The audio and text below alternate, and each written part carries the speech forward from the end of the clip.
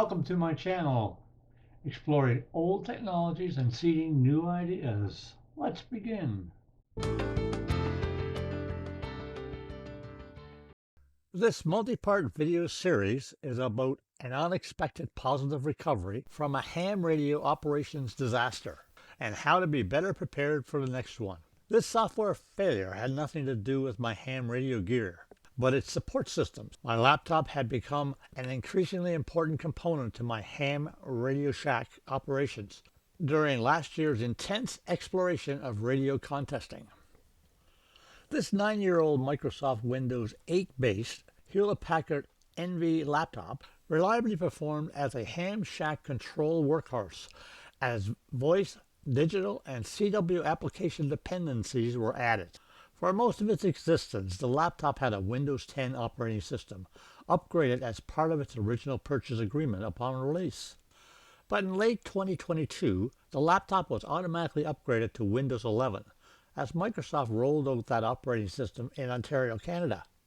As the new 2023 ham contest season started, this well-endowed Intel i7 laptop started to slow to a crawl. Frustrated with waning performance, I made a failed attempt to use available Windows troubleshooting tools to rejuvenate my failing laptop. Not giving up hope, I had one last option: to use the Windows Reset This PC button that I dreaded. Without any original equipment Windows installation media, several decades of experience with Microsoft Windows left me with the cold expectation that this might fail. But I had nothing more to lose at this point. However, it became painfully clear that failure would mean reinstallation of my ham applications, and it exposed the potential loss of activation credentials and my master log database. Anyway, I proceeded, expecting the reset process to ask me for a Windows installation disk, but hoping for more options to be presented. This is where things started to turn around, as my dying laptop dug into that reserved section found on Microsoft systems starting with Windows 8, squirreled away at the bottom end of hard drives. I have to admit, I truly believed that was a waste of space until now. Before execution, there were several warnings issued by what remained of my laptop's operating system. Then, after several attempts, my decade-old machine came back to life, seemingly as quick and responsive as it ever was. But it came with a price. The recovery system had rolled back my laptop to a clean Windows 10 version. Yet another surprise, since I understood going back from Windows 11 wasn't possible.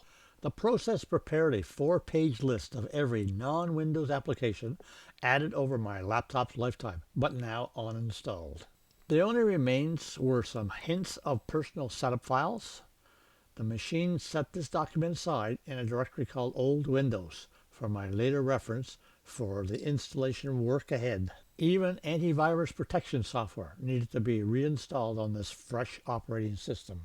Looking for the bright side, one gift from this experience was a very capable fresh laptop, but another was a true appreciation for what needed to be protected. This also came with a chance to install only those things needed for my ham shack control and system house cleaning that I've been putting off for years.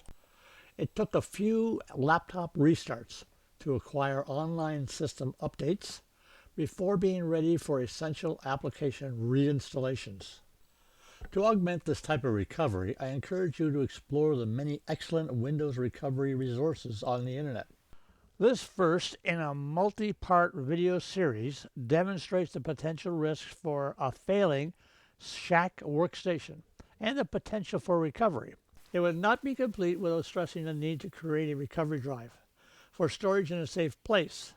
I've included a reference link in the description below to provide guidance on the necessary steps. Follow-up videos will address application recovery and how to better be prepared for system failures. Part 2 in this series will address reloading my main log management resource called Log4Old Men. It will examine the critical credentials lost in my laptop crash, and it will also show how these were recovered. Plus, getting N1MM contesting software back into the mix will be covered. Then, part 3 in the series will address reinstalling digital communications tools. These will include a fresh version of WSJT-X, plus RIDI running smoothly with just one cable on my IC7300 transceiver.